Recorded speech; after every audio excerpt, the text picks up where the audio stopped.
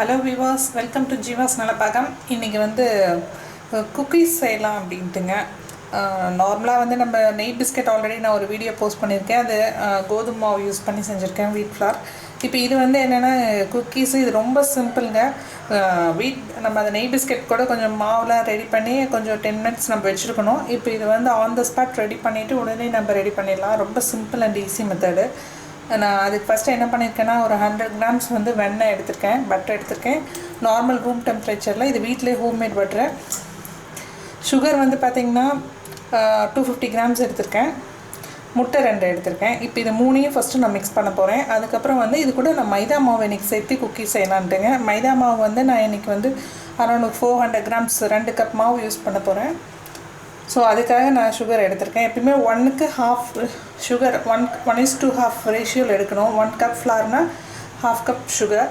நான் சுகர் வந்து கொஞ்சம் சேர்த்தி போட்டிருக்கேன், கொஞ்சம் ஸ்வீட்னஸ்க்காக கொஞ்சம் லைட்டாக சேர்த்திருக்கேன். ஏன்னா இதில் சாக்லேட் சிப்ஸ் இதெல்லாம் எதுவும் ஆட் பண்ணுறதில்ல, ப்ளெயின் குக்கி தான். அதனால் நான் வந்து கொஞ்சம் ஸ்வீட்னஸ்க்காக 250 கிராம்ஸ் சுகர் எடுத்திருக்கேன்.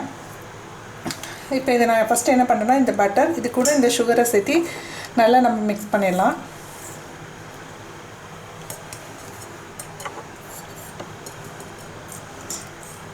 இதை நல்லா மிக்ஸ் பண்ணிவிட்டு அதுக்கப்புறம் அந்த 2 எக்கையும் இதில் சேர்த்துக்கலாம், முட்டையை. நீங்கள் ஃப்ளேவருக்கு வந்து வெனிலா எசன்ஸ் வந்து ஆட் பண்ணிக்கலாம். நான் எதுவும் ஆட் பண்ணல, ஜஸ்ட் ப்ளைனாக தான் செய்கிறேன்.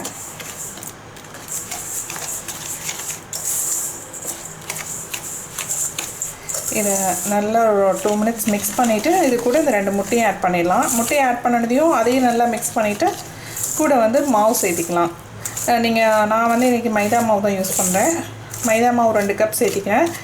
அப்புறம் ஒரு பேக்கிங் சோடா, பேக்கிங் பவுடர் எது இருந்தாலும் நீங்கள் யூஸ் பண்ணலாம். லைட்டாக ஒரு பிஞ்ச் சால்ட் போட்டுக்கலாம். நீங்கள் சாக்லேட் சிப்ஸ் இருந்ததுன்னா அது கூட ஆட் பண்ணிக்கலாம், நல்லாயிருக்கும். இதை நல்லா இப்போ மிக்ஸ் பண்ணிவிட்டு அடுத்தது 2 முட்டையும் இதில் ஆட் பண்ணிக்கலாம்.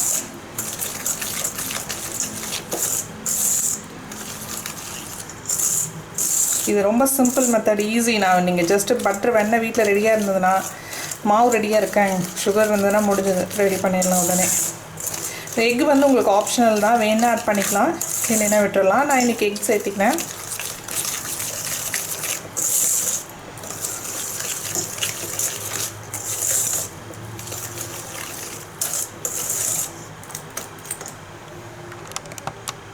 இது நல்லா நான் மிக்ஸ் பண்ணிட்டேங்க. இப்போ அடுத்தது நம்ம இந்த எக்கு சேர்த்துக்கலாம், முட்டையை சேர்த்துக்கலாம். நான் இது வந்து நாட்டுக்கோழி முட்டை தான் இதில் யூஸ் பண்ணுறேன். பட்டரும் பார்த்திங்கன்னா வீட்டில் ஹோம்மேட் பட்டர் தான்.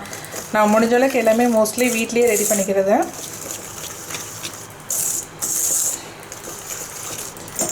இந்த 2 முட்டையும் இதில் சேர்த்துலாம். சேர்த்து நல்லா மிக்ஸ் பண்ணுங்கள்.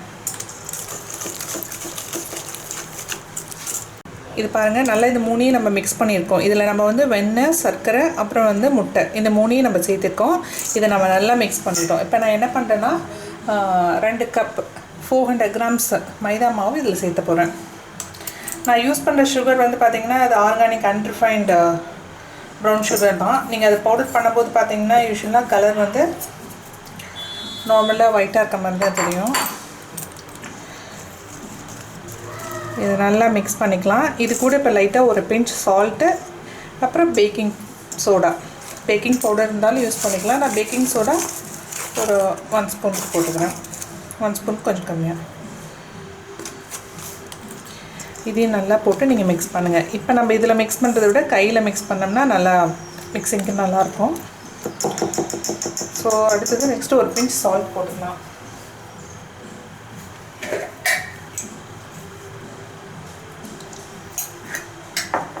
ஆல்மோஸ்ட் இது ரெடி பண்ணிடலாம். இன்னொரு 5 மினிட்ஸில் மிக்ஸ் பண்ணிடலாம்.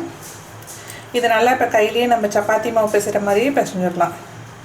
பிசைஞ்சிட்டு நீங்கள் அப்படியே குட்டி குட்டி பால்ஸை தட்டி அப்படியே வைக்கலாம், அவ்வளோதான். நார்மலாக நீங்கள் வந்து ஓவன் இல்லாதவங்க ஓவன் யூஸ் பண்ண முடியல அப்படின்னா நார்மல் குக்கரில் நான் ஆல்ரெடி நெய் பிஸ்கெட் செய்யும்போது நான் சொல்லியிருக்கேன் எப்படி செய்யணுன்னு. ஸோ அந்த மாதிரி அதையும் நீங்கள் யூஸ் பண்ணிக்கலாம். என்கிட்ட இந்த பிஸ்கெட் செய்கிற ட்ரே இந்த ஓவன் இருக்கிறதுனால நான் அதை யூஸ் பண்ணிக்கிறேன்.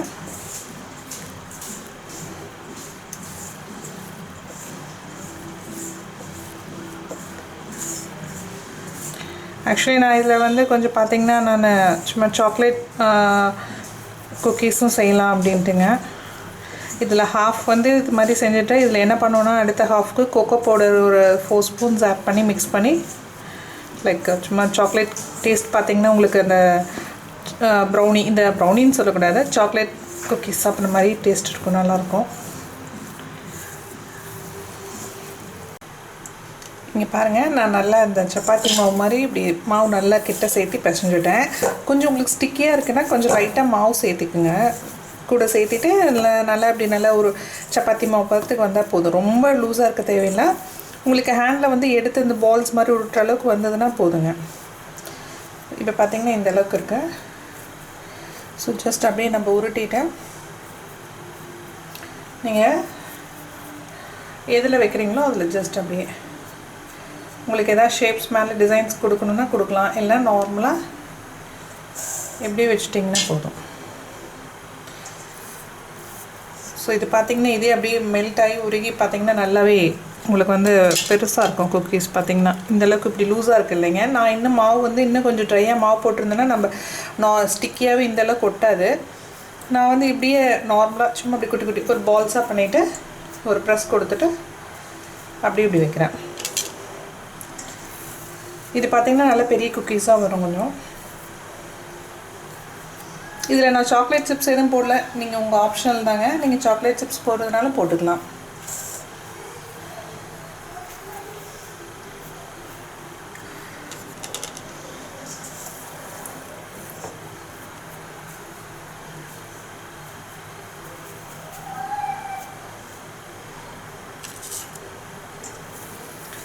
இந்த ஓவன் வந்து நான் ஆல்ரெடி வந்து ஏற்கனவே வந்து எங்கிட்ட நான் வீடியோவில் நெய் பிஸ்கெட் செய்கிற வீடியோவில் நான் காட்டியிருக்கேன்.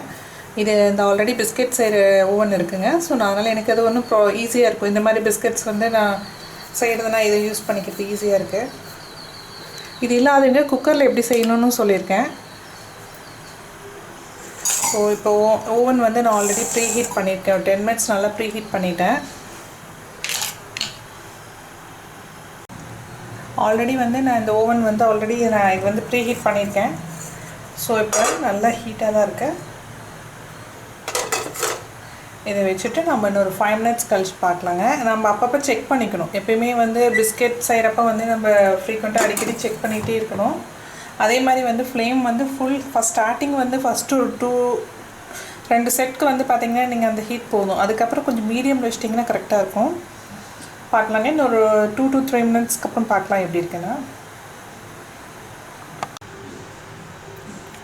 இங்கே பாருங்கள், நம்ம ஒரு 5 மினிட்ஸ்க்கு அப்புறம் எடுத்து பார்க்கலாம் எப்படி இருக்குன்னு. ஆல்மோஸ்ட் குக்கீஸ் பாருங்கள் எந்த அளவுக்கு நல்லா புஃப்னே வந்திருக்கு.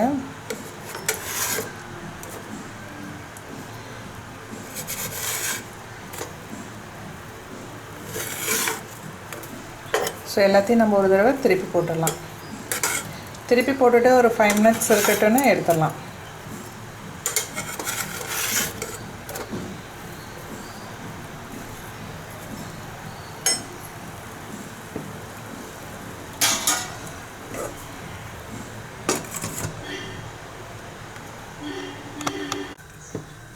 பாருங்கள், இப்போதைக்கு குக்கீஸ் ரெடி ஆகிடுச்சுங்க. நம்ம இப்படி திருப்பி பார்க்கும்போது மேலே இங்கேயும் லைட் கலர் வர ஆரம்பிச்சிருக்கு. ஸோ இதெல்லாம் நம்ம கரெக்டாக இருக்குது, எடுத்துடலாம்.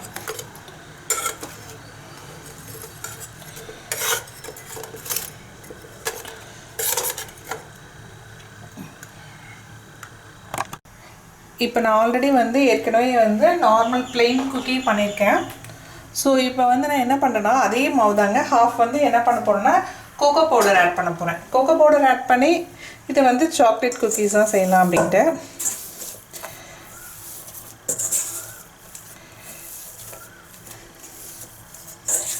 இப்போ மாவு நல்லாவே இப்போ கொஞ்சம் இருக்க டைட்டாக இருக்குது. ஸோ இதில் வந்து இப்போதைக்கு ஒரு 3 ஸ்பூன் கோகோ பவுடர் எடுத்து வச்சுருக்கேன். அதை இதில் ஆட் பண்ணிக்கிறேன்.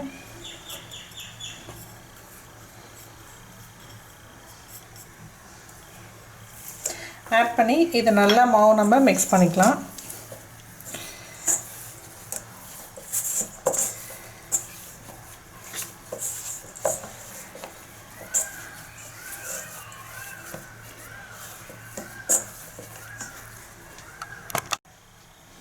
பாருங்கள் கோகோ பவுடர் போட்டு நல்லா அப்படி மிக்ஸ் பண்ணிவிட்டேன்.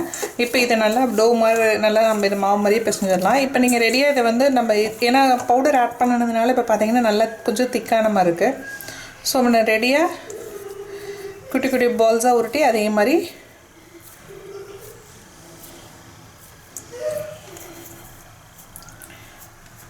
இந்த மாதிரி நம்ம ரெடியாக ஷேப்ஸாக வச்சிடலாம். ஸோ நம்ம டக்குன்னு எடுத்து அடுத்தடுத்து செட்டை நம்ம அடுத்தது எடுத்துகிட்டு ஓவனில் வைக்கும்போது நம்மளுக்கு ஈஸியாக இருக்கும். இப்போ பாருங்கள், இது வந்து நான் இப்போ அடுத்தது வந்து சாக்லேட் குக்கீஸு. நான் ஆல்ரெடி மாவு ரெடி பண்ணியிருந்தேன் டோ. அது வந்து சும்மா இந்த மாதிரி ஷேப்ஸ் நம்ம நார்மலாக ரவுண்டாக பண்ணிவிட்டு ஃப்ளாட்டாக பண்ணிவிட்டு தட்டி தட்டி அப்படியே ரவுண்டாக வைக்க வேண்டியதாங்க. மேலே உங்களுக்கு டிசைன்ஸ் எது வேணுனாலும் வச்சு செஞ்சுக்கலாம்.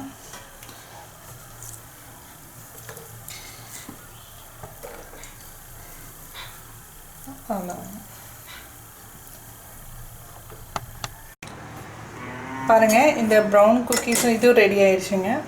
சாக்லேட் குக்கீஸும் ரெடி. ஸோ இதை ஆல்ரெடி நான் திருப்பி போட்டேன். இப்போ அவ்வளோதான், இது ரெடி ஆயிடுச்சுங்க.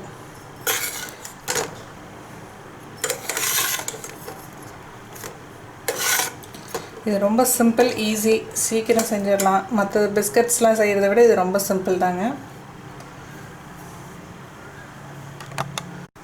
நீங்கள் பாருங்கள் வீவர்ஸ், சூப்பரான குக்கீஸ் ரெடிங்க. நான் ஒரே மாவு டோ ரெடி பண்ணினது தான். பட் ஆனால் அதில் ஹாஃப் அண்ட் ஹாஃப் வந்து சாக்லேட்டும் பண்ணிவிட்டேன், நார்மல் குக்கிங் செஞ்சுருக்கேன். எல்லாமே சூப்பராக வந்திருக்கு. நீங்களும் ட்ரை பண்ணி பாருங்கள். ட்ரை பண்ணி பார்த்துட்டு உங்களோட கமெண்ட் சொல்லுங்கள். மறக்காமல் சப்ஸ்கிரைப் பண்ணிவிடுங்க, பெல் பட்டனையும் கிளிக் பண்ணிவிடுங்க. தேங்க்யூ.